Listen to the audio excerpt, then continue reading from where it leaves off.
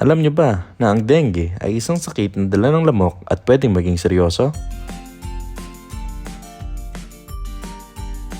Ang mga lamok na may dalang dengue ay mahilig mangitlog sa nakatiwangwang na tubig.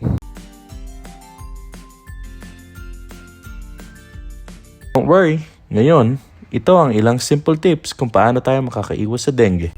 Tip number 1. Tanggalin ang mga pinamumugaran ng mga lamok. Siguraduhin na walang naiipong tubig sa paligid ng bahay nyo, sa mga paso, timba o lumang gulong. Regular itong itapon at linisin para walang lamok na mga pang-itlog. Tip number 2. Para maiwasan makapasok ang mga lamok sa bahay, panatilihing nakasara ang mga bintana at pinto o gumamit ng screen para hindi sila makalusot. Sa pamamagitan ng mga hakbang na ito, maiiwasan natin ang dengue at mapoprotektahan ng ating mga pamilya.